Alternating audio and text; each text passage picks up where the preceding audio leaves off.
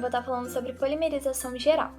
A princípio de tudo, a gente tem que saber que polímero é uma palavra de origem grega que significa polomereske. Significa muitas, diversas partes. Bom, outra coisa também que vale a gente lembrar é que essas unidades estruturais são macromoléculas formadas a partir de uma minúscula unidade molecular, oriunda de um composto químico denominado monômero.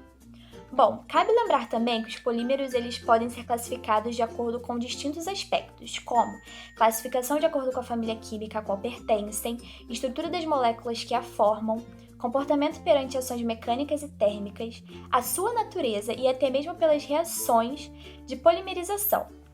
Outra coisa também que a gente tem que lembrar é que existem dois tipos de polímeros, os naturais e os sintéticos. Eu vou dar alguns exemplos para vocês.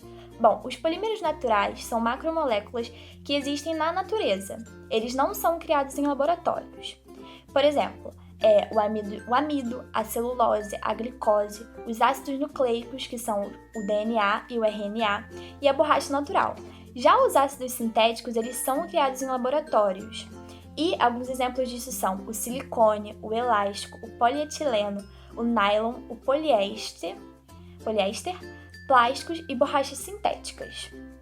Bom, existem polímeros lineares, que são aquelas que têm cadeias dispostas de forma aleatória. Tem polímeros ramificados, que são aquelas cadeias que se conectam, entretanto com presença de ramificações. E tem os reticulados, que são cadeias que se conectam por meio de ligações covalentes ou cruzadas. A gente já viu isso ano passado e ano retrasado. Bom, dentro da reação de polimerização, o monômero ele se unifica de maneira sucessiva, levando à produção de trímeros, dímeros e tetrâmeros. Tetrâmeros? Acho que assim se pronuncia. E eu vou dar a definição de cada um agora. Bom, o dímero, eles são dois monômeros em cadeia, portanto, ocorre uma repetição. O trímero são três monômeros em cadeia, logo duas repetições. O tétrameros são quatro monômeros em cadeia, sendo três repetições. E os polímeros é o processo onde não há repetição em cadeia. Então, é mais ou menos essa sequência aí. São esses quatro, né? É o dímero, o trímero, o tétramero e o polímero, né? Então, o que a gente mais usa, né, é o polímero, né, que é o que a gente está falando aqui. Bom, outra coisa muito importante que a gente deve lembrar é que a formação de ligações químicas covalentes estáveis entre os monômeros diferencia a polimerização de outras reações químicas. Isso é muito importante na hora de você fazer um exercício ou de você fazer uma questão. E é muito importante lembrar, né, a gente já sabe disso, mas eu vou dar uma relembrada aqui, que vocês não podem ter esquecido, é que a ligação covalente é um tipo de ligação química que ocorre com o compartilhamento de pares de elétrons entre átomos que podem ser hidrogênios, a metais ou semimetais.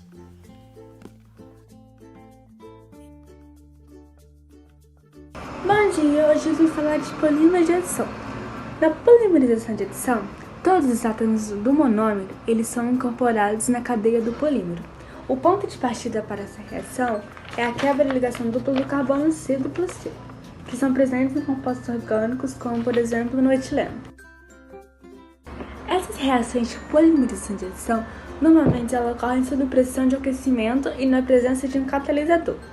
Agora eu vou mostrar alguns exemplos dos polímeros de adição, algumas reações. Este é o polietileno.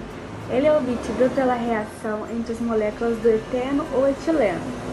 E é assim que vai ser representado. O polietileno é o plástico mais usado hoje em dia em razão do seu baixo custo. É usado na fabricação de objetos domésticos, revestimentos para fios, brinquedos, garrafas plásticas, cortinas, sacos, entre outros. Um outro exemplo que podemos dar é o polipropileno. Vai ser representado dessa maneira. O polipropileno é a reação entre as moléculas de propeno ou propileno. Por ter uma alta resistência à tração, é utilizado em para-choques, cordas, fibras para roupas, tapetes, material isolante, entre outros. Podemos citar outros exemplos como o poliestireno. Ele é a reação entre as moléculas de vinilbenzeno ou estireno e vai ser representado desta maneira. Ele pode ser usado na fabricação de copos, xícaras, pratos, seringas, etc. Além disso, ao ser submetido a substâncias que originam gases, ele incha e produz o isopor. Um outro exemplo que pode ser dado é o policloreto de vinilo, o PVC. Vai ser representado dessa forma. O seu monômero é o cloreteano e o cloreto de vinilo. Ele é usado principalmente na fabricação de tubos para encanamentos, sapatos, plásticos, filmes de embalagem, etc. Vale lembrar que o PVC ele atua como isolante térmico. Um outro exemplo é o Teflon, ou politetrafluoretileno. Ele vai ser representado dessa forma e é obtido pelo meio do tetrafluoretano ou tetrafluoretileno. Vai ser assim. Ele é utilizado em forma de fitas para evitar vazamentos, como antiaderentes das panelas, aquelas frigideiras.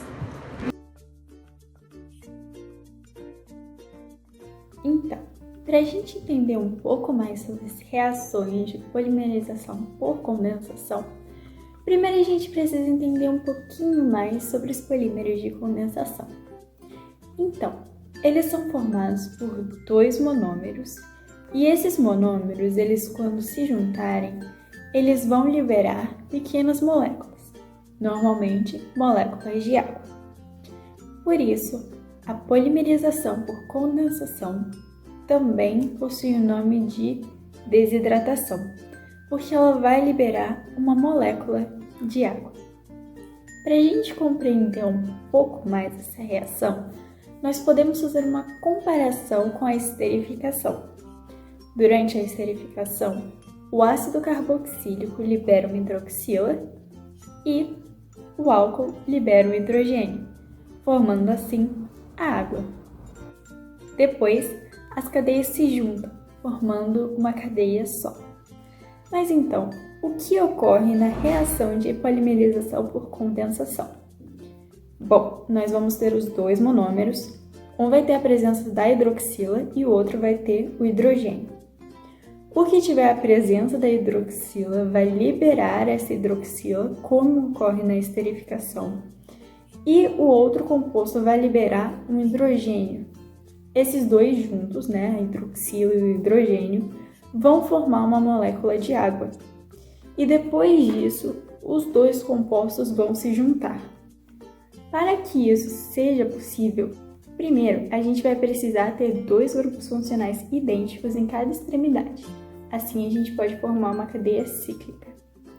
Além disso, um dos monômeros deve possuir como grupo funcional ou um diácido carboxílico ou um diálcool, porque assim um dos monômeros vai ter uma hidroxila em sua composição.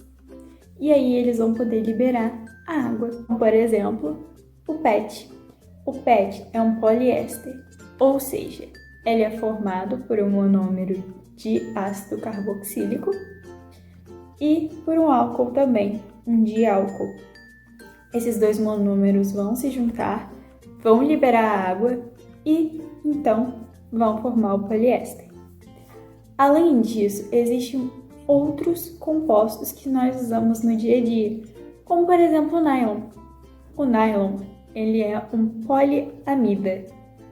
Ele é composto por um diácido carboxílico e uma diamina. Quando o e o hidrogênio que estava conectado ao nitrogênio são liberados formando a água, o carbono que tem a dupla ligação no oxigênio vai se juntar ao nitrogênio que era da amina, formando uma amida. Por isso que se chama poliamida. Olá, eu vou falar agora da abertura de anel e copolímeros na parte de reações de polimerização. Bom, nessa área vai ser basicamente por causa de um monômero cíclico. Esse monômero cíclico ele vai se abrir. Mas isso por quê? Esse monômero cíclico vai ter um heteroátomo que vai estar na extremidade e vai ser um centro reativo. Assim, no meio reacional iônico, ele vai haver essa abertura por causa do catalisador, vai haver a clivagem do anel. Com isso, ele vai ser propício a se juntar com outros monômeros, fazendo assim a polimerização de tal monômero. A gente tem um exemplo aqui, ou seja, dá para perceber que antigamente tinha essa função nesse ciclo e agora virou uma parte linear. Também temos esse exemplo. E o que seria o copolímero dentro disso? O copolímero seria basicamente o polímero que é composto por monômeros diferentes, como visto nesse exemplo didático, onde a gente tem o A e o B, e formando uma cadeia composta por A e B, essa cadeia polimérica, porque os monômeros são diferentes. Se fosse uma cadeia composta por monômeros iguais, chamaria homopolímero. Então agora a gente tem um exemplo real de um copolímero. A gente pode perceber que o monômero com o hidrogênio é diferente do monômero com o flúor. É isso, obrigada. Bom dia, turma do terceiro A. Durante o nosso vídeo, nós explicamos os diversos tipos de polimerização que existem, além de um conceito geral para o que seria uma reação de polimerização. Dado o que nós descobrimos até agora, nós podemos utilizar estes conhecimentos para fazer uma espécie de experimento teórico. Devido à raridade dos elementos que nós precisaríamos para esse experimento e também por causa de toda a situação do Covid-19, nós estaremos utilizando um experimento feito pelo Departamento de Química da Universidade Federal de Minas Gerais. O experimento consiste na mistura de 25 gramas de glicerol PA misturado com uma solução de 0,27 mol por litro de H2SO4, 5 ml dessa solução. O H2SO4 nessa reação ele só vai servir como um catalisador. No caso do glicerol, essa polimerização pode ser feita tanto utilizando uma base quanto um ácido como catalisador. Além disso, a gente vai colocar essa solução e vai constantemente mexê-la a uma temperatura de 150 graus, pelo menos aproximadamente esse valor, durante 60 minutos.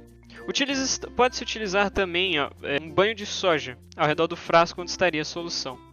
A cada 15 minutos na solução nós iremos tirar um pouco da amostra para determinar as características termofixas e as medidas de viscosidade. Após 60 minutos, você irá dividir a solução em 2 frascos diferentes e o que nós iremos fazer é manter a 150 graus durante mais 60 minutos, totalizando mais ou menos 2 horas de projeto.